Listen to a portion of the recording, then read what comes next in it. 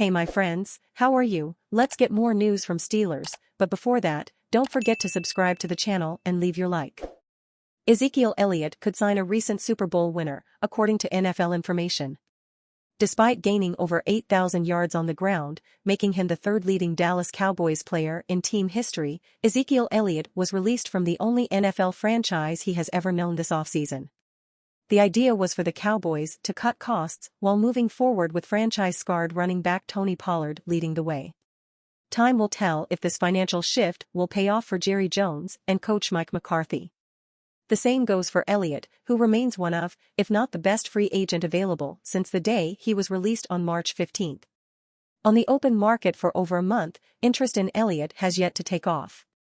With the NFL draft now expected to be in the books, the 27-year-old three-time Pro Bowler should be able to find a home for 2023. According to ESPN's Jeremy Fowler, Elliott's next team could end up being the Steelers. Here's what the NFL insider had to say during a recent appearance on SportsCenter about Zeke Elliott. Interestingly, Fowler also added that Elliott could yet return for an 8th season with the Cowboys, where he is expected to share backfield duties with Pollard once again. The Cowboys added Deuce Vaughn in the 6th round, but if Elliott doesn't get an offer he likes, it's possible that returning to Dallas for another season is the best option. Either way, expect Elliott to have a new team when training camps open later this summer.